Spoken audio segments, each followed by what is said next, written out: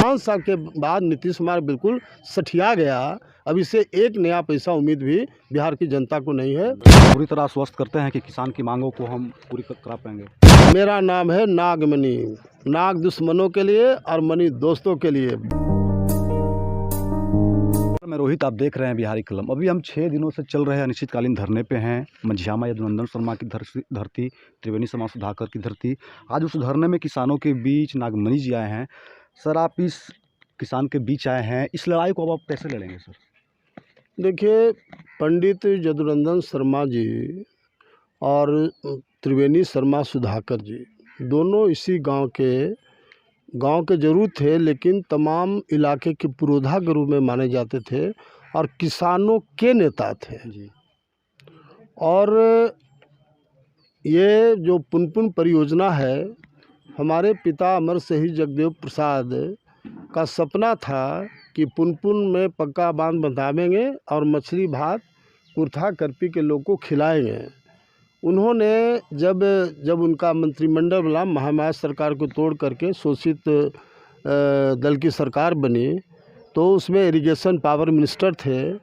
तो उन्होंने first cabinet में पुनपुन परियोजना को पास किया और बिल्कुल उसका थीम था कि पहले कुर्था करपी के 1-1 इंच का पटवन होगा, उसके बाद ही उधर जहानाबाद और मसौढ़ी और कहीं दूसरे जगह पटवन होगा।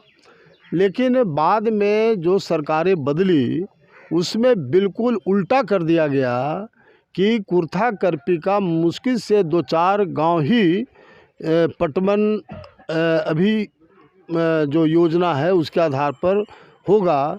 ये कुर्था करपी और हम लोग इसको टॉलरेट नहीं कर सकते हैं। जब रामाश्रय बाबू सिंचाई मंत्री थे, मेरी वाइफ यहाँ से एमएलए थी, मिनिस्टर थी, बाद में हम लोग मिनिस्टर बने, तो उनके साथ इरिगेशन डिपार्टमेंट के सेक्रेटरी, इंजीनियर इन चीफ, हम लोग 4 घंटा तक बैठक किया और रामाश्रय बाबू ने स्पष्ट रूप से कहा कि जगदेव बाबू के टाइम का जो पुराना नक्शा है उसके आधार पर ये परियोजना बनना चाहिए। लेकिन तब तक कुछ दिनों के बाद सरकार बदल गई और उस ज्यों का त्यों पड़ा रह गया। तो आज मुझे खुशी इस बात का है कि मंझियामा, जहाँ बाबू यदुनंदन शर्मा जी और त्रिवेणी शर्मा सुधाकर जी का घर है, गांव है, और वहाँ के सब क्रांतिकारी लोग मिल कर के और इतना बड़ा जो कुर्था करपी के हित के लिए धरना देने का काम कर रहे हैं, हम अपनी ओर से बहुत बहुत मुबारकबाद देते हैं।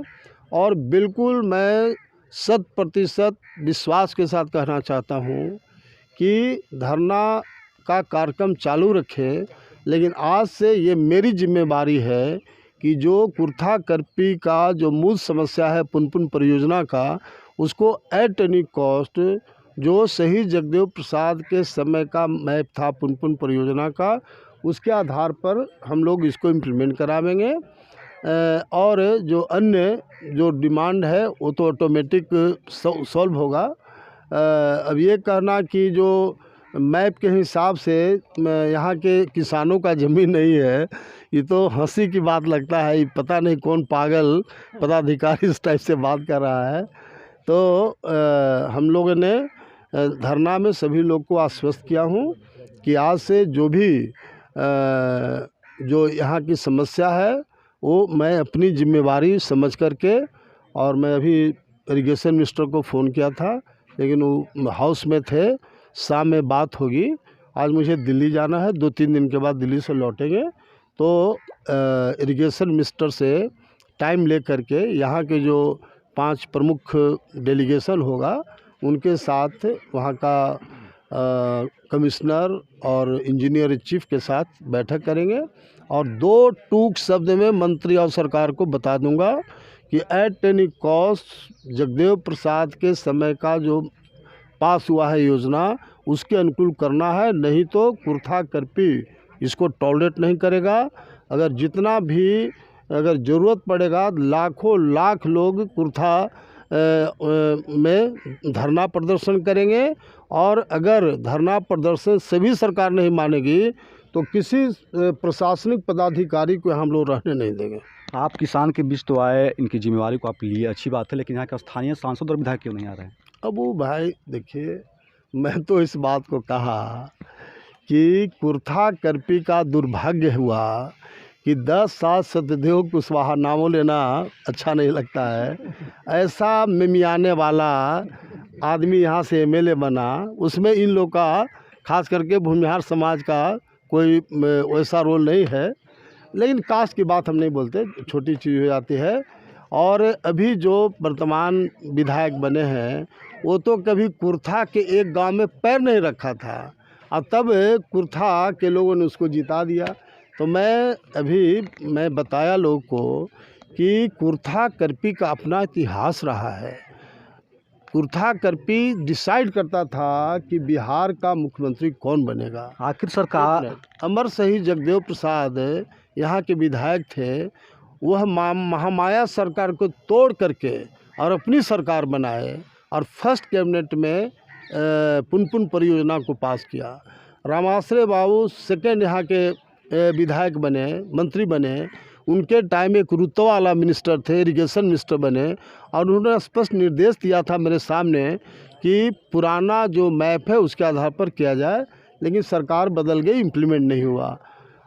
सुचित्रा सिन्हा यहाँ की एमएलए थी, सब लोगों ने बनाया और सुचित्रा सिंह एमएलए बनी तो लालू सरकार जो 15 सालों से चल रहा था उसको हटा करके नीतीश कुमार को हम लोग बिहार का मुख्यमंत्री बनाए। आपको याद होगा एलजेपी का 29 में कई से मेरे तोड़ करके नीतीश को समर्थन दिए और लालू विरोधी जो सवर्ण समाज के लोग थे और लॉ और कुश का समीकरण बना गया, तब बाबू नीतीश कुमार जी बिहार के मुख्यमंत्री बने। लेकिन इसको कोई मतलब नहीं है। 5 साल का शासन नीतीश कुमार का जब तक हम लोग थे तो बिल्कुल नीतीश कुमार सरकार का शानदार रोल था। बिजली आई, पुल पुलिया बना, शिक्षा स्कूल और हॉस्पिटल का बिल्डिंग बना। लेकिन 5 साल के बाद नीतीश कुमार बिल्कुल सठिया गया। अब इसे एक नया पैसा उम्मीद भी बिहार की जनता को नहीं है। इसीलिए हमने शोषित इंकलाब पार्टी बनाया हूँ और लक्ष्य एक ही है कि नवंबर महीना में पटना गांधी मैदान में रैली करेंगे और उसके बाद पार्लियामेंट असेंबली का जो लाइक माइंडेड जो गठबंधन हो उससे हम लोग चुनाव लड़ेंगे। आप पूरी तरह आश्वस्त करते हैं कि किसान की मांगों को हम पूरी करा पाएंगे?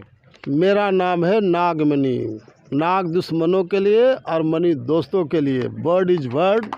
और मैं अमर शहीद जगदेव प्रसाद के खून से पैदा लिया हूँ। उस खून की कसम मैं कह रहा हूँ कि एट एनी कॉस्ट जो यहाँ की समस्या उसको हम दूर करेंगे। जैसा कि आप देख रहे थे बिहारी कलम, आप देखते रहिए। फेसबुक पर अगर देख रहे हैं तो फॉलो और यूट्यूब पर सब्सक्राइब करें। बहुत बहुत धन्यवाद।